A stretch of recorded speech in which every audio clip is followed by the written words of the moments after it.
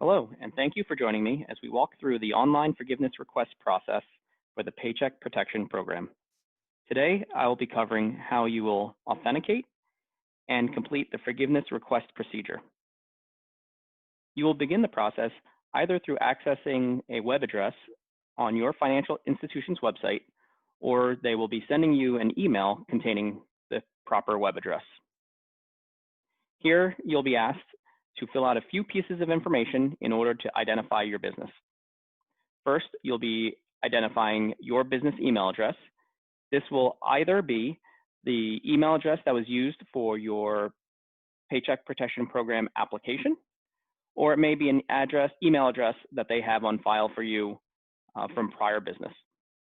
Next, you'll be asked for your tax identification number for your business. Again, this is the tax identification number from your Paycheck Protection Program application. And lastly, the original amount of that PPP loan. So this is prior to any pay downs that you may have made. If you have any questions on any of these fields, feel free to click into the tooltips, which will give you additional information about each field. Once you input all of the information, you may click Find My PPP Loan. This will bring us to the forgiveness request. As you can see, all of your business information will be pre-filled. You'll be able to expand upon this and make any changes if anything does look incorrect. Additionally, we're provided instructions on which forgiveness application to choose. The SBA has specified that a 3508 or a 3508EZ may be used.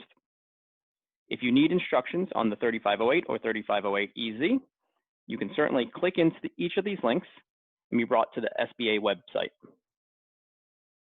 Here you will find the full set of instructions as they were laid out by the SBA. Back to the application. We are going to stick with the 3508EZ because a majority of the applicants have been using this to this point. You notice in order to qualify for the 3508EZ, you must satisfy one of the following three questions. If you have any questions about whether you qualify in each section, select the Learn More, and you can get a full explanation on what the SBA expects.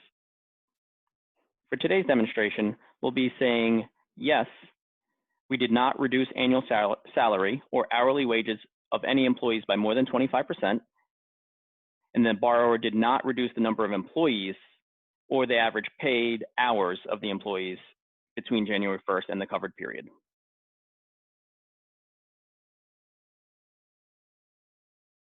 Now we may begin the application process. First, we're asked for annual sales. Will be displayed the original PPP loan amount. So this is brought in automatically by your financial institution.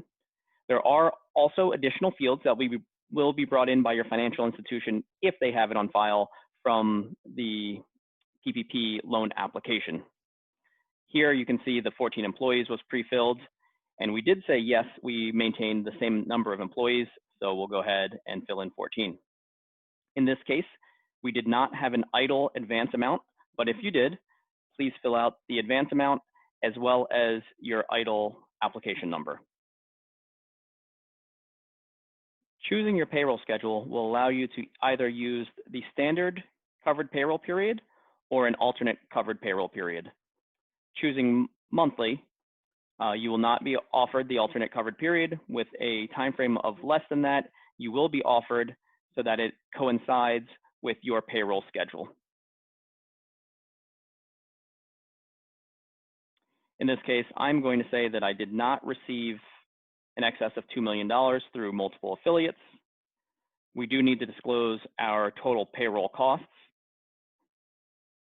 mortgage interest, if any, rent or lease payments,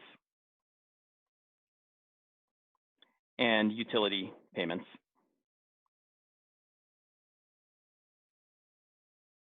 Once you've entered that information, you'll notice that we've calculated a forgiveness amount. This is an estimated amount that we expect to receive from the SBA. we're also calculating a forgiveness gap, which is what we expect the remaining loan balance to be. Keep in mind, these are just estimates at this time. Once we hear back from the SBA, we will have the final amounts. As I've shown earlier, pay close attention to the Learn More links. They'll allow you to see exactly the calculations that have been done and provide additional information on what is eligible for payroll, mortgage interest, lease, and so on. Okay, now that we have all of the fields properly filled out, let's take a look and confirm that all the information for the authorized signer is correct. The email address that we have disclosed here will be used for any email communications. You will need to input your social security number, and this is mainly used for the e-signing that will come later.